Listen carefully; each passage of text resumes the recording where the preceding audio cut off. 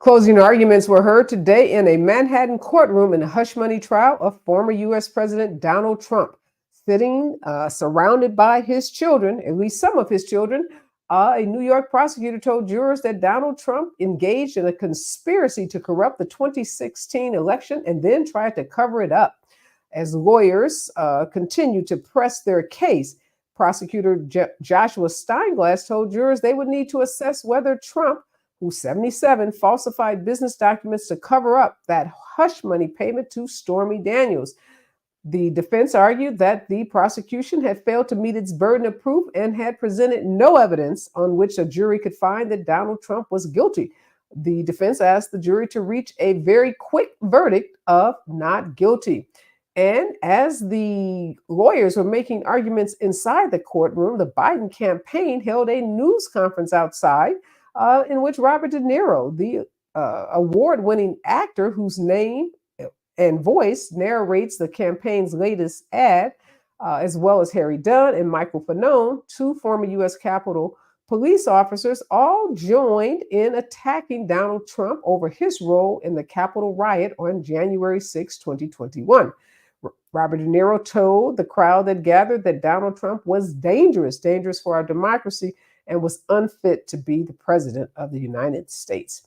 Israel's military said its troops were pressing on with their ground assault in the Rafah area, even as international outrage over its operation there intensified in the wake of a deadly airstrike on a camp for displaced Palestinians. The Israeli military said that the strike in Rafah on Sunday ignited a deadly fire in the camp and killed dozens of people, but they say they were targeting a Hamas compound. And the Democratic National Committee plans to hold a virtual roll call to nominate President Joe Biden before the party's August convention.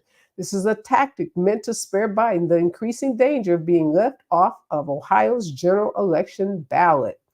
And U.S. District Judge Eileen Cannon denied a request today from federal prosecutors, and she ordered those prosecutors to meet with the Trump team. Federal prosecutors have sought to stop Trump and team from making inflammatory claims about law enforcement personnel. But the judge says, before you file such a motion in my courtroom, you need to consult with the other team. And independent presidential candidate Robert F. Kennedy said he had a visceral reaction against the removal of Confederate General Robert E. Lee's statue in Charlottesville. He was speaking on a podcast on Friday when he said that he thinks it's good, healthy, and not a good thing for any culture to erase history. He made these statements as he was asked his thoughts on the removal of Confederate monuments around the country.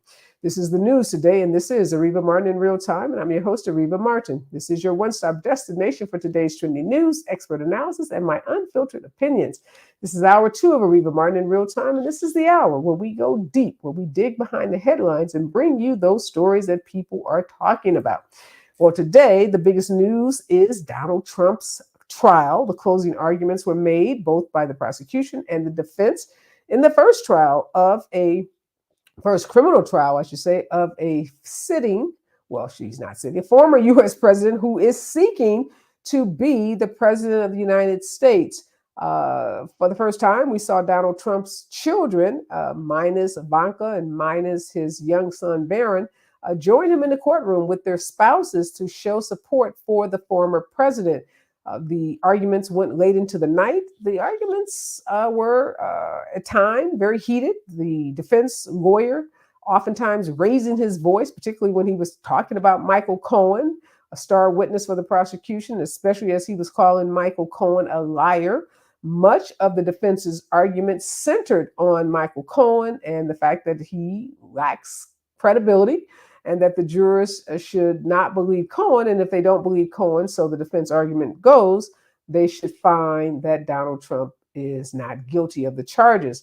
Now, the prosecution says that there's ample evidence. There's notes that were taken. There's text messages. There are emails. There are business records and other documents that clearly demonstrate that Trump was not paying Michael Cohen for legal fees, but rather was reimbursing him for the money he paid out to Stormy Daniels. Well, of course, my experts are here, veteran prosecutor Bobby Grace and veteran defense attorney Mansfield Collins, because I want to get their take on what we know. Of course, there are no cameras inside that courtroom, but we've gotten lots of reporting from reporters who've been sitting in. And based on what they've been able to read and hear from some of those folks who were inside the courtroom, what do they make of the job that was done by both the prosecution and the defense? So these are two lawyers that have seen a lot of courtroom trials. They've seen a lot of action inside a courtroom. So they know when a lawyer is making a good argument. They know when a lawyer is connecting with jurors, and they can pretty much predict what jurors are likely to do based on the evidence that's been presented at trial. So I am super excited to sit down with Bobby and Mansfield to get their take on the performances. Lawyers always like to rate each other on each other's performances, because a lot of what we do as lawyers is storytelling. Our job is to persuade you, is to take difficult facts and reduce them down to a memorable story, because we know people don't remember, facts and dates and numbers, all that kind of goes out the window, but people can relate to a good story. And so I want to ask Bobby and Mansfield, who was the better storyteller? And what do they predict will happen in light of this evidence? And of course, one big question everyone is thinking about is what happens if our former U.S. president, who's running to be president, is indeed convicted? Will he be remanded? That means, will handcuffs be put on him and he's whisked away to a jail cell? Will he be ordered to come back and show up for a sentencing hearing? What is the likely sentence if he is convicted? And what does all of this mean for the November election? Well, those are questions that you are asking, and we have all the answers right here on Areva Martin in Real Time. So when we come forward, Bobby Grace and Mansfield Collins, we are going to take you inside that courtroom and give you everything you need to know about the trial and what is likely to happen. You don't feel like you went to law school after you listen to today's show. So stay with us, KBLA Talk 1580. You're listening to Areva Martin in Real Time on KBLA Talk 1580.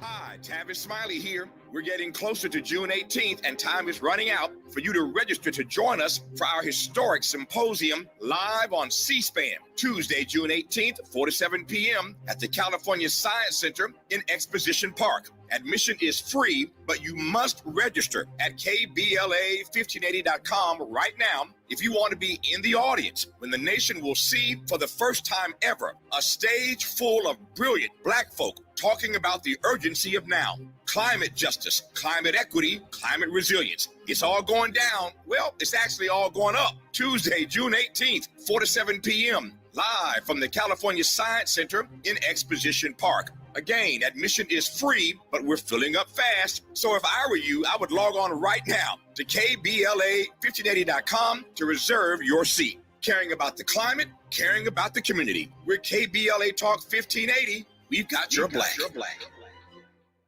I'm going out with the girls this weekend. Nails done, outfit stunner, and my skin, I know it's going to be glowing because I glammed up my shower routine with new Olay Indulgent Moisture Body Wash.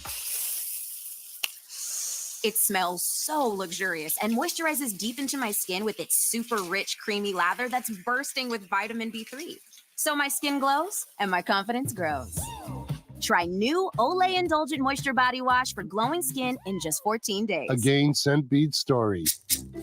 Jim was at the laundromat when he heard his ear said, "Maraca, senor," but his nose said, "Hey, freshest scent ever." Following his nose, Jim found a man pouring a bottle of Gain Scent Beads into the washer. The scent, the freshness. Jim blurted, "Sir, your scent Maraca smell amazing." Actually, Jim, most noses call them Gain Scent Beads. Try Gain Scent Beads. Way fresher than detergent alone. Did you know that feeling sluggish or weighed down could be a sign that your digestive system isn't working at its best? Taking Metamucil every day can help. Metamucil fiber powders help promote your daily digestive health using a plant-based fiber called psyllium. The gelling action of this special fiber traps and removes waste so you can feel lighter and more energetic. Metamucil, promoting digestive health for a better you. Learn more at metamucil.com. These statements have not been evaluated by the Food and Drug Administration. These products are not intended to diagnose, treat, cure, or prevent any disease. Why choose a Sleep Number smart bed? Can I make my side softer? Can I make my side firmer whenever I want? Can we sleep cooler? Sleep Number does that. Cools up to 8 times faster and lets you choose your ideal comfort on either side. 94% of Sleep Number smart sleepers report better sleep. And now during our Memorial Day sale, save 50% on the Sleep Number limited edition smart bed plus free home delivery when you add any base. Ends Memorial Day. To find a store near you, visit sleepnumber.com.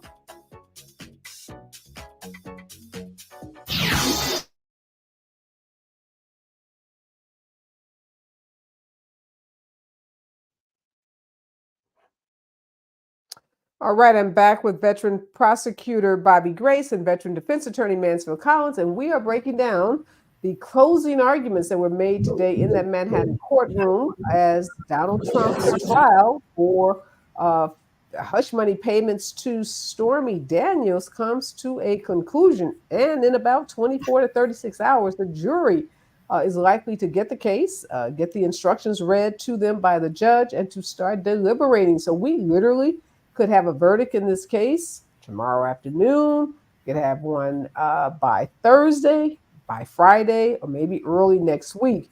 Bobby and Mansfield, both, thank you so much for joining me. I know you've been reading what the papers are saying and perhaps listening to what some of the pundits have been saying. We don't have cameras inside those courtrooms, so we're having to rely on those folks that were in and the reporting that they've done. But let's start by rating the performances of both of the lawyers. I'll start with you, Bobby. What do you make of the prosecution's defense argument? Good afternoon, Areva. Sorry, the prosecution's closing argument. I'm sorry. Prosecution's closing argument. Well, they went over a little bit over 4 hours. Apparently, it was a very protracted prosecution summation. New York is a little bit different. In California, the prosecution goes first, then the defense, and then the prosecution gets a second bite at the apple. New York does it differently. The defense goes first, and then the prosecution goes. So it does make sense to me that the prosecutor would go longer than the defense, which went over 3 hours early in the morning. Apparently, from all reports, the prosecution did an excellent job. They summarized the case. They deflected. The main argument of the defense was that Cohen was a liar, and basically said kind of what prosecutors do in most cases, say, if you're dealing with the devil, then you have to take what the devil gives. And in this case, Donald Trump hired Michael Cohen. And so Donald Trump knew he was a liar, and he hired Michael Cohen because he was a liar. And ultimately, Cohen was forced to tell the truth because he was facing jail time. And basically that happens in a lot of prosecution cases where you're dealing with individuals who are testifying based on a plea agreement or some sort of thing like that. Doesn't mean that they're necessarily lying. And I think that the prosecution did an excellent job of pointing out that their case doesn't stand alone with respect to Cohen. They pointed to tapes. They pointed to physical evidence.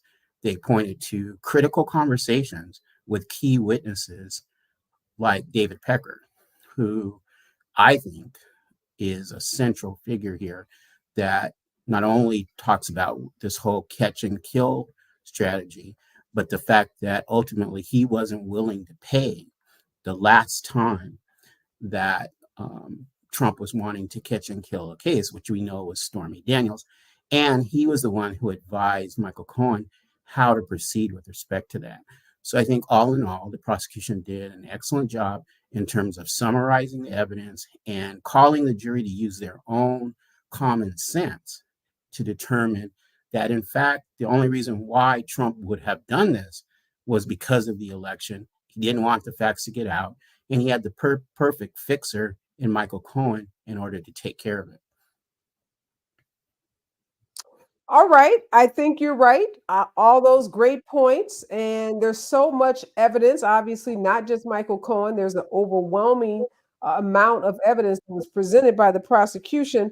Let me ask you, Mansfield, what do you make of the defense argument, particularly this one statement made by the lead lawyer for Trump? He said, every campaign in this country is a conspiracy. You know, I just don't know if any criminal defense attorney could have done any more than what this criminal defense attorney did. He put all of his eggs in one basket. He blamed Cohen, and he basically told the jury he's lied 1,000 times. So it defies belief that now all of a sudden he's telling the truth. But jurors sort of understand that people do that. You know, we have experiences with people that have a reputation for lying, but sometimes we understand that they are absolutely telling the truth. And in this case, I think the prosecution has the edge on the criminal defense. You know, it's the jury will not just look at the evidence in front of the court today and over the past several weeks, but even though they are told to, you know, keep an open mind, they aren't told to keep a closed mind with. I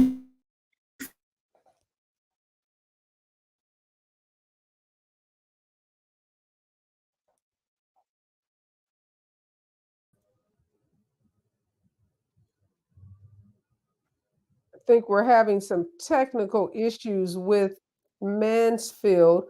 Let's try to get his audio worked out. While we do that, Bobby, let me ask you this. The defense made a huge uh, error, and I don't even think it was an error, it was an intentional statement. They made the statement about Donald Trump going to jail, and the judge was livid because there's no evidence here that anybody's going to jail. What do you make of that? I'm going to call it slip of the tongue by Trump's defense team. Well, it wasn't slip of the tongue, Areva. It was clearly calculated to impress upon jurors who have a mindset that Trump could possibly go to jail and would be squeamish about returning a guilty verdict if they thought that this particular judge would sentence Trump to jail.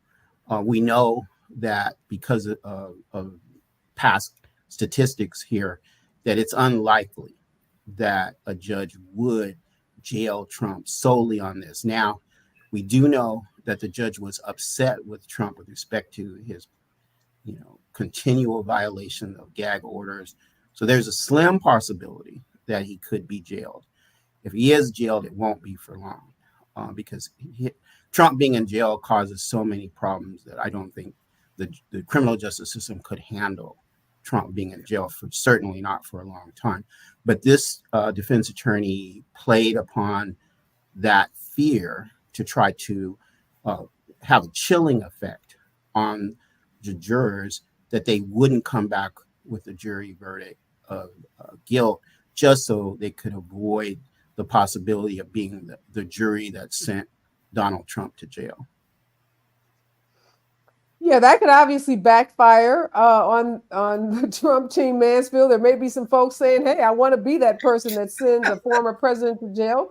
That might get me a book deal, might get me a lot of fame and notoriety."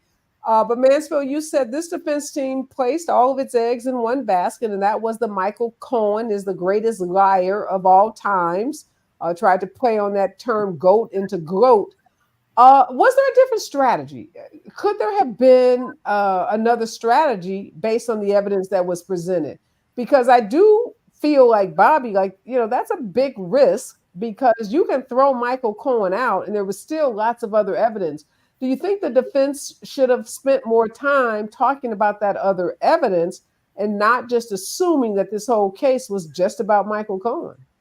So the problem when you're defending someone like Mr. Trump, who has a lot of baggage, it's hard to say that you can put on a defense and have character witnesses. In a criminal trial, you can ask character witnesses to come and testify for your client as attesting to his good character.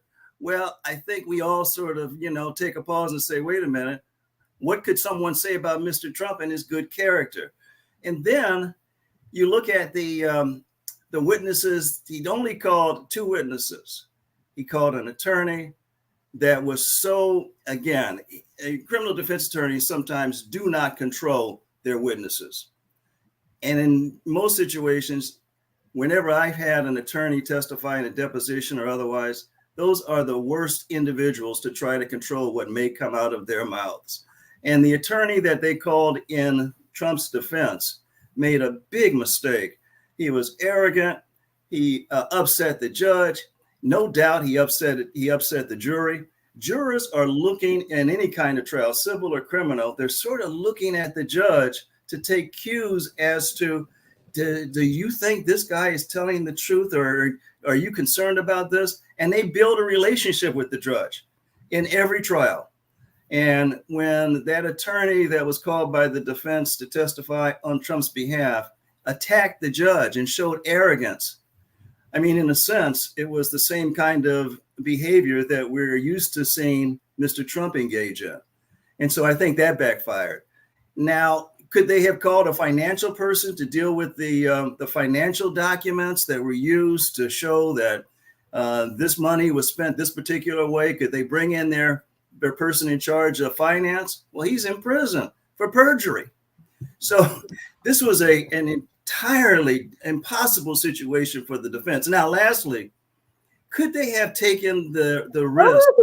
So what about a lawyer? Could they have brought in a lawyer that either was general counsel for the corporation or maybe was outside counsel to talk about this is assuming that these facts existed, that maybe they review the services provided by Michael Cohen and they did constitute legal services or something to give more credibility to this argument that these were legitimate legal services? I'm sure they thought about that. And I'm sure they decided we can't get an attorney who is judged by a much higher standard than the average lay witness. We cannot get an attorney to walk the plank for Donald Trump, because once he starts walking that plank, then you're open to cross-examination. And then who knows what kind of Pandora's box is opened. And who knows if you inadvertently open a door that the criminal defense wanted to keep shut. So this was just a terrible situation for a criminal defense attorney to handle. And also there was some criticism about the criminal defense attorney in that he used to be a prosecutor. No slight on you, Bobby. You gave a good introduction. But he was a prosecutor and didn't do apparently a lot of criminal defense work and not a lot of cross-examination. Well, that's really not true. Prosecutors do a lot of cross-examination, but they criticized this particular criminal defense attorney performance and said basically he didn't muster up to the task of doing a good cross-examination on the prosecution's witnesses. And then you had a client who had press conferences every day inside the courthouse. Please explain to me somewhere during this show, Areva, have you ever seen permission granted to any defendant to have a press conference in the lobby of a courthouse? No, except this one who the lawyers, a lot of the criticism of the attorney is not that he's not a qualified attorney, but that he was playing to an audience oftentimes of one and was doing things to push the envelope and, get the ire of the judge, not like he would do that in a normal case that he would be involved in, but because when you represent Donald Trump, you have to do that. You have to go outside the bounds of, which we usually work in as lawyers. You have to do things like Bobby said, mention prison time when you know that that's impermissible in a closing argument, but you do it because it's going to, get the excitement of your one client. And Trump is notorious for saying his lawyers are too soft, they're too weak. And, a lot of the yelling apparently that Trump's attorney was doing was, again, to try to impress Trump because they associate yelling with somehow being strong or, somehow being, an alpha man. So the louder you are, the more, the tougher you are. So I'm not giving excuses for this lawyer, but we can understand the predicament, as you said, Mansfield, that he was in. You got a lawyer, you got a client that's talking. You won't shut up, won't listen to anyone. So it's a very challenging, but obviously he's getting paid a lot of money. Big boy. He knew what he was doing when he took the case. He knew how Trump treated all of his other lawyers. So we don't need to feel sorry for him. But I do question whether the closing argument, and maybe both of you agree there wasn't a lot of room for him, a lot of places for him to go other than to try to beat the Michael Cohen. And maybe if you hate Michael Cohen enough, maybe you'll hate the prosecution. Bobby, you think that's where they were going? Like maybe if we can convince them that this prosecutor brought you this lawyer, this lying lawyer into this courtroom, and you should punish the prosecutor for even, having the nerve to bring Michael Cohen in and suggest that he is someone that should be believed. Think about that, Bobby. When we come forward, I want to get your take on what might be the strategy behind the defense just really, really hammering the credibility of Michael Cohen. Stay with us, KBLA Talk 1580. More of Areva Martin in real time when we come forward. I'm Tyreek Wynn. Here's the latest on the Black Information Network. 103-year-old World War II veteran William Billy Keys attended the Orioles Memorial Day game at Camden Yards in Baltimore. Mr. Keys sat in the suite level and was welcomed by Governor Wes Moore. During the war, Keys was a member of the primarily African-American 761st Tank Battalion, known as the Black Panthers, who liberated 30 towns and Jewish concentration camps. The mayor of Alexandria, Virginia, is thanking former President Barack Obama for taking some time to honor the U.S. military over the weekend. Obama joined volunteers at the Alexandria National Cemetery on Saturday as they placed flags at grave sites ahead of Memorial Day. A dozen Black soldiers who fought in the Civil War are being remembered for their sacrifice. A ceremony to honor the 12 members of the USCT, the United States Colored Troops, who are buried at the Lincoln Cemetery in Cumberland County, Pennsylvania, was held at the property on Monday. That's the latest. I'm Tyreek Wayne on your home for 24/7 News, the Black Information Network. Two-car accident has CHP now en route in Mid-City's 10 East and Normandy Avenue as this accident is blocking the left lane with stop traffic over 45 minutes currently from 20th Street. Heavy traffic in Pacoima continues on the right shoulder of the 118 East before the 5 Laurel Canyon Boulevard split due to an accident with 2 vehicles involved on the right shoulder, and a 15-minute backup runs heavy from Woodley Avenue. In Pasadena, watch for a 2-vehicle accident on the 210 East at Fair Oaks Avenue, Marengo interchange with heavy traffic from Mountain Seco Street interchange on the right shoulder. And in Commerce, a stall was cleared from the 5 South at Garfield Avenue, Bandini Boulevard split, but stop traffic over 30 minutes continues from Highway 60. At Lowe's, save big every day when you buy in bulk. Get a free pneumatic nailer when you buy a pallet of select Metabo HPT nails. Lowe's knows pros. Selection varies by location while supplies last. Discount taken at time of purchase. See sales associate for details. This is the KBLA Sports Minute with Ray Richardson. Bronny James has received invitations from at least 10 NBA teams to participate in an individual workout. LeBron's son appears to be drawing more interest around the league heading into the NBA draft on June 26th.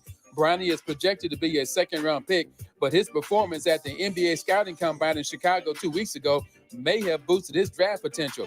Even though 10 teams have extended invitations, Bronny has accepted only 2, the Lakers and Phoenix Suns. The Lakers have the number 17 pick in the first round. Phoenix has number 22.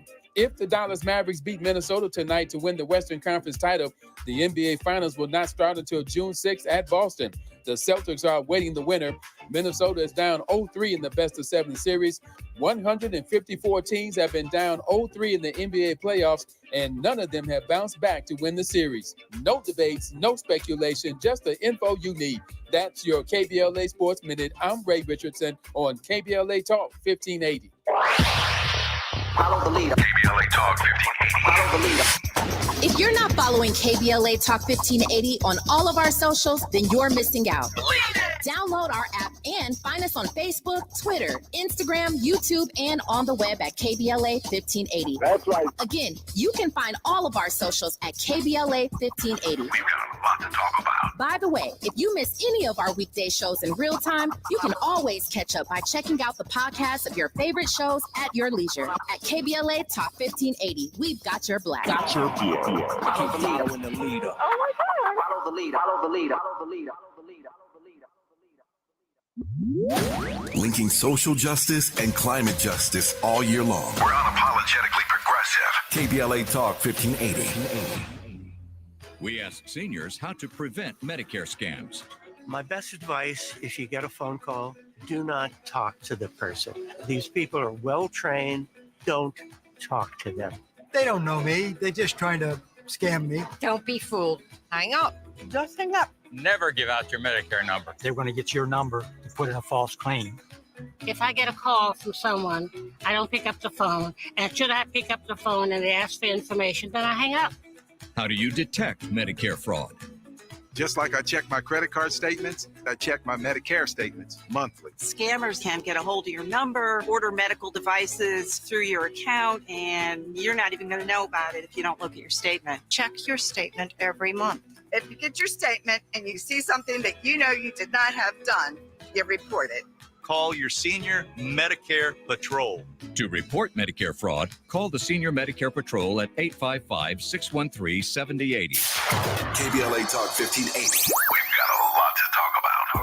KBLA Talk 1580 believes in community empowerment. LA's 99 neighborhood councils form the grassroots level of the Los Angeles city government. The system was created to connect LA's diverse communities to City Hall. While neighborhood council board members are volunteers, they are also public officials elected to office by the members of their community. Neighborhood councils advocate on issues like homelessness, housing, land use, emergency preparedness, public safety, parks, transportation, and sustainability. They also provide local expertise on the delivery of city services to their various communities. Neighborhood councils are open to participation by anyone who is a part of the fabric of daily life in said community. This includes those who live, work, or own property or a business. If you are interested in stepping up to join your local neighborhood council, visit www.empowerla.org. That's empowerla.org. It's time to think globally, but act locally. This is a community call to action from KBLA Talk 1580.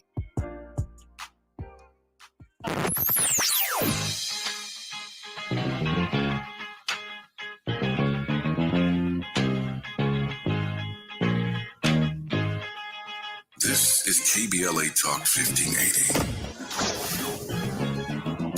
Talk radio. That's music to your ears.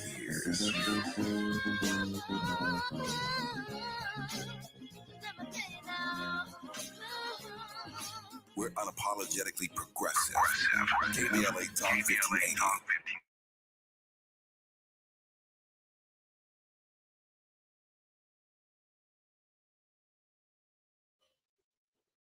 We are back, and veteran prosecutor Bobby Grace and veteran defense attorney Mansfield Collins are here. I call them my legal dream team.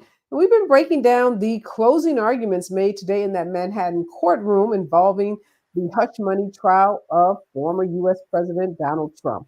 If convicted, Trump will be not only the first president to be held criminally liable for his conduct, he will also be the first president ever convicted in a criminal court.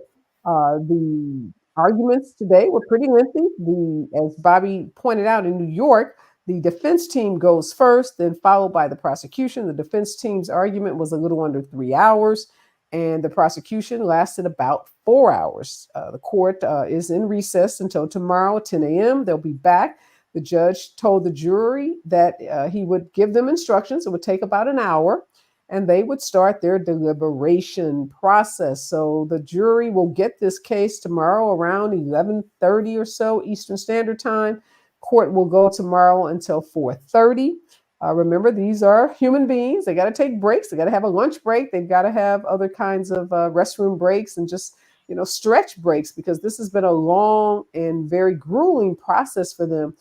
Stormy Daniels, Michael Cohen, Hope Hicks, a team of different accountants and business people have testified in this case, as well as there's been tons and tons of written documents that have been introduced primarily by the prosecution as a way of building its case. Bobby, talk to us about what's going to happen as the judge reads those jury instructions, and particularly as he talks about the burden of proof and what beyond reasonable doubt means. That's one of those legal terms we hear a lot on Law and Order and other courtroom shows. But what does it mean in real life when juries go to the deliberation room and they've got to figure out what beyond reasonable doubt means? Thanks, Areva. Reasonable doubt is what we would call not a mere possible doubt. You have to have what is known as an abiding conviction in your mind that the defendant is guilty of the evidence. What does that mean? Well, we know what it doesn't mean. You can't come in as a defense attorney or prosecutor and say that reasonable doubt is 90% or 80%. You cannot, by law, define it by percentages. We know that it's not a civil standard. So the civil standard may be 50% plus one. And so you can do that on the civil side. You can't do that on the criminal side. I like to tell jurors that if you feel that you do have that abiding sense, then you know that you've gotten to that place that is the land of reasonable doubt. And as we know, defense attorneys try to pick that apart, and they want to focus in on one or two jurors that have the idea that possibly the prosecution didn't make their case beyond a reasonable doubt. And I think that's what the defense was trying to do here, Areva. They're trying to pick off one or two jurors that will not agree that the prosecutors met their burden and hang this jury or force the judge to declare what is known as a mistrial in legal terms, but in lay people, we call it hanging a jury. Mansfield, two lawyers on this jury, and the defense attorney said, look, come back with a quick verdict. Like, this is a no-brainer. You should be able to go back to the deliberation room, and after one round of voting, you should come back not guilty. Tell us, traditionally, when juries are out for a longer period versus a shorter period, what does that typically mean? Is that good news for the prosecution, or is that typically good news for the defense? If the jury is out for a longer period of time, that's good news for the defense. If the jury comes back in 1 day or half a day or in a day and a half, that would be good news for the prosecution. And so if the jury comes back in between 2 days and 4 days, then nobody really knows what that jury verdict is going to be. No one really knows. And having two attorneys on the jury, in the beginning, I wondered how two attorneys actually got selected to this jury. They come from firms. They have a lot of legal colleagues. We talk a lot as attorneys. And so I really question why the defense didn't try to get them removed from the jury. But in retrospect, the defense's theory has always been confusion, place all the odds, place all the evidence against Michael Cohen, and reasonable doubt. Therefore, he's a liar, and you can't believe anything Stormy Daniels said. And so I think they're thinking that one of those lawyers is going to help them on that angle. But I think the other lawyer, or maybe both lawyers, are going to look at the evidence, and they're going to throw all of throwing all of the stuff against the wall and see what sticks. They're going to actually look at the evidence and sort of piece by piece go through it. And then that sort of does help the prosecution, because they'll be focused on what they do on a daily basis, and that is look at documents. They're not trial attorneys, from what I understand, but they look at documents, they read paragraphs. And so they'll get into the nitty-gritty of all of the evidence and probably allow the jury to be led to a reasonable decision with respect to guilt or innocence. But I think Bobby is right. Criminal defense, and sometimes a hung jury is a big victory for us in some cases.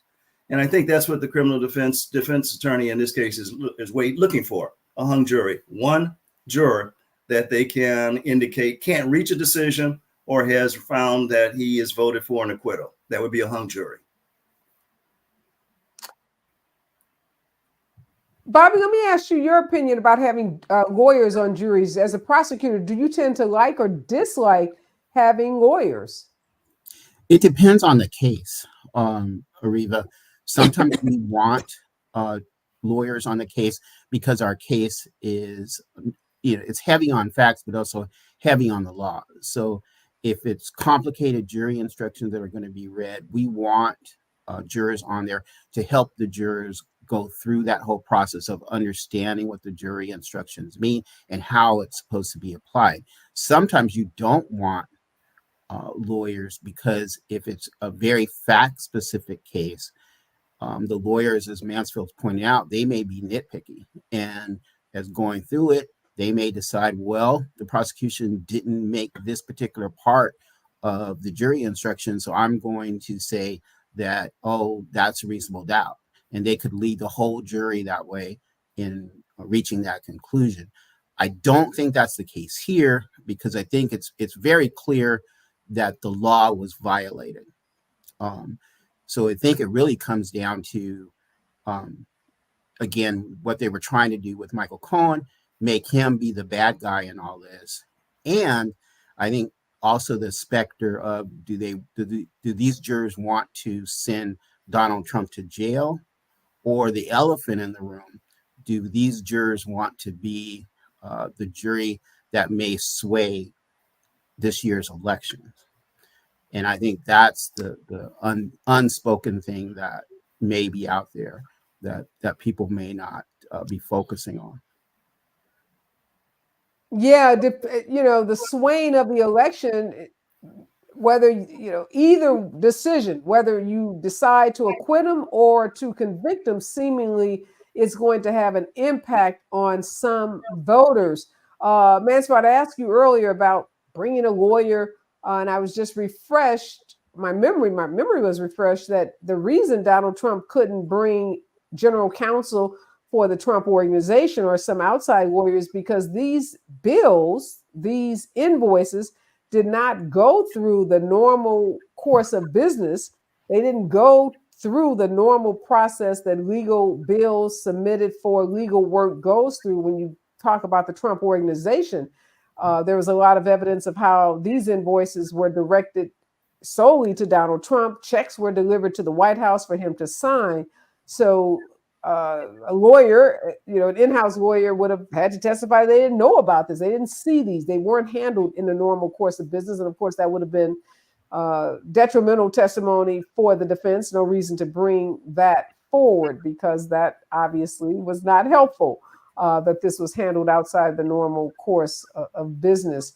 There was a lot made too about Stormy Daniels. We know the defense team argued that Stormy Daniels was just there to embarrass Donald Trump, that she really had no relevance. But I always question, Bobby, how come the defense lawyer spent so much time cross-examining Stormy Daniels? Because she definitely had very little information about the financial transaction. Now, of course, getting her, the prosecution wanted her there to show that this affair did happen and that she was aware of this catch and kill scheme. But I just wonder whether the defense made a mistake by trying to humiliate her, trying to slut shame her, and what it actually tried to do when, from a evidentiary standpoint, she just had very little evidence that could help their case.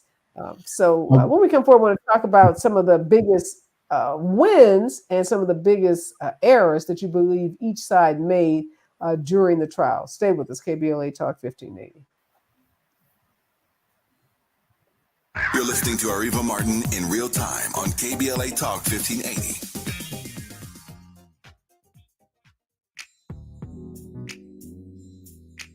Tips to help improve basic steps for building a budget in 2024. Building a budget can help you achieve and reach your financial goals. With a budget, you can keep track of your spending, avoid and get out of debt, limit overspending, pay bills on time, and build solid savings habits. What's the best way to get started? Figure out how much to set aside for expenses like rent, mortgage, bills, groceries, and entertainment. Understanding your past financial habits can help you make the proper adjustments for your budget. Adjusting to a budget can take time as you work to find the right balance, but keep working on it. For more financial health tips, Visit chase.com or stop by a local branch. This segment is sponsored by JP Morgan Chase & Company.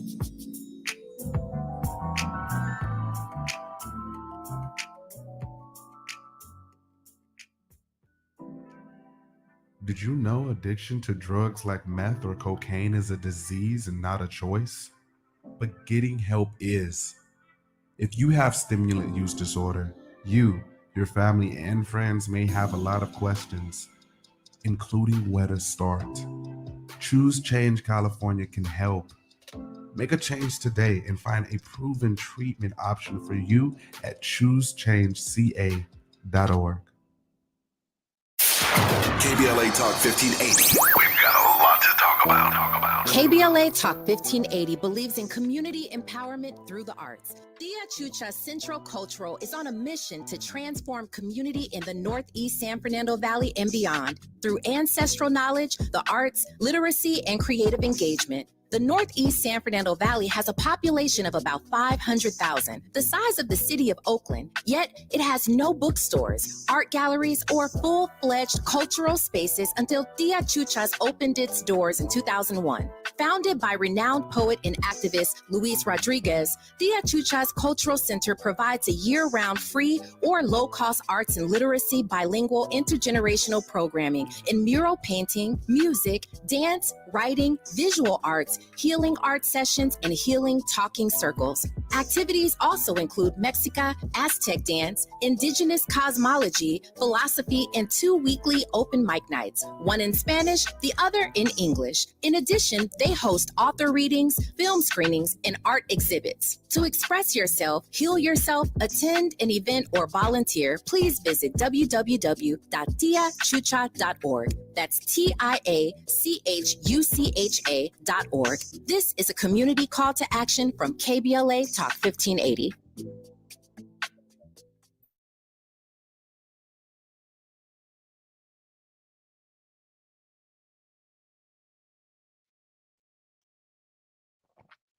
We are back and we are dissecting the trial, the criminal trial of Donald J. Trump in that Manhattan courtroom, where prosecutors allege that he purposely falsified business records in order to hide a reimbursement payment that he made to Stormy Daniels through Michael Cohen for the sole purpose of influencing the 2016 presidential election.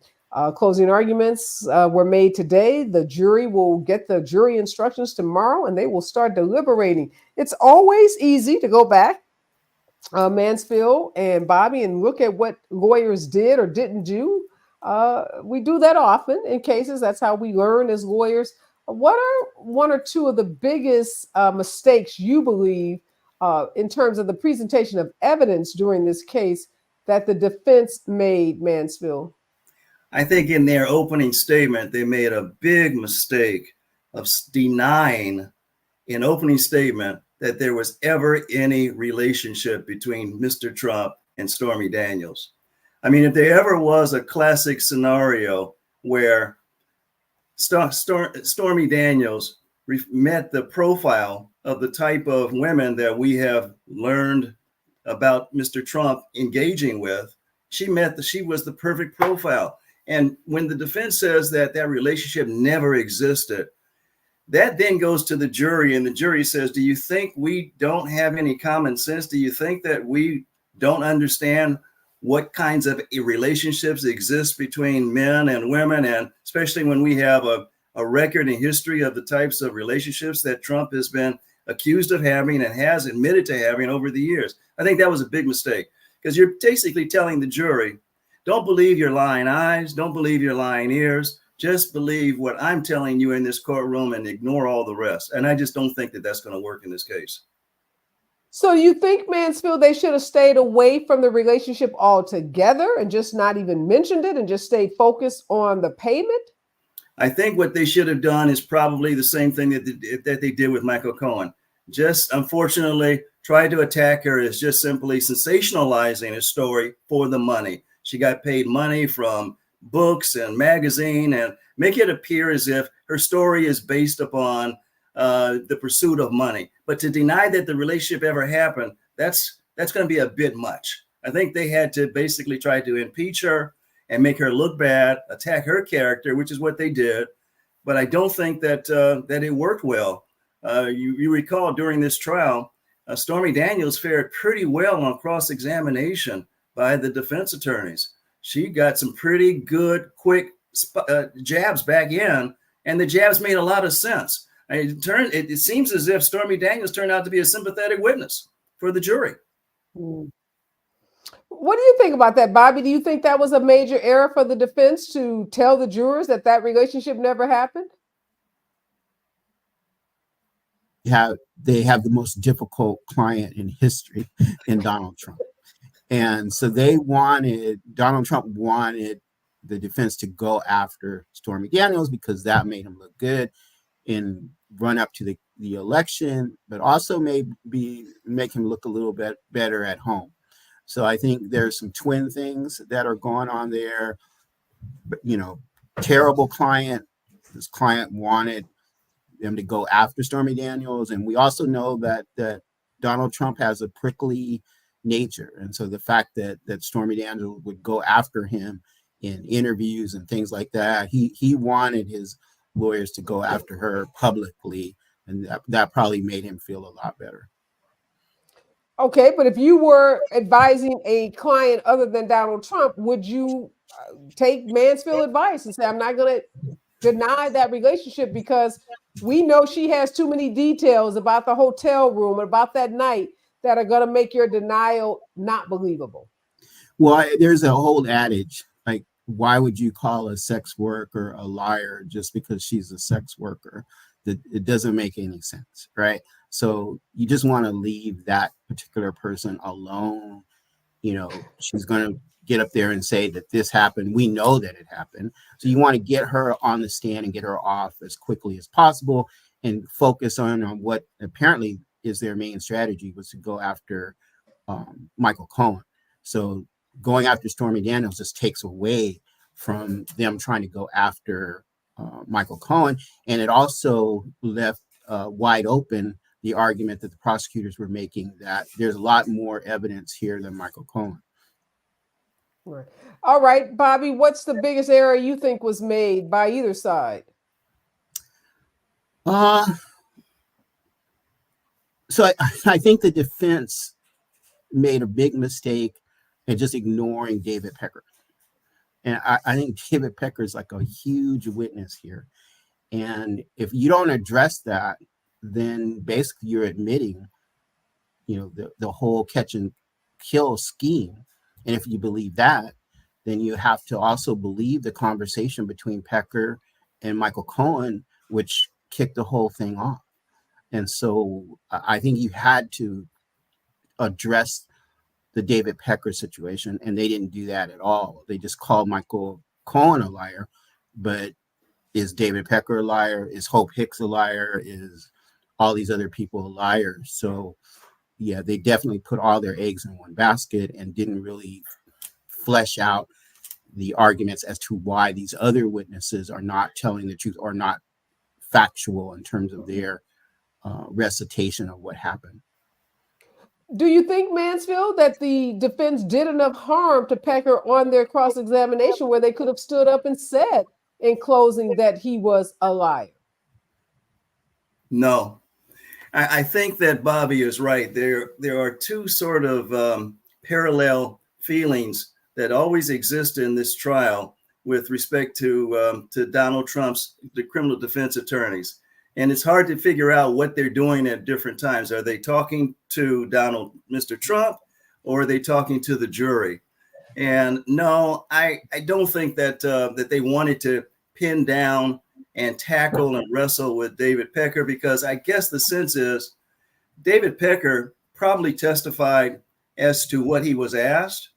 But if he starts answering questions that he wasn't expecting, he may open up again Pandora's box, and he may actually allow the prosecutor now to ask more questions about Donald Trump and his relationship with Pecker that didn't have to be, the testimony didn't have to come in at all. And I think that's why they treated him with kid gloves, Bobby. I think they felt that Pecker knew way too much and they just better treat him with kid gloves.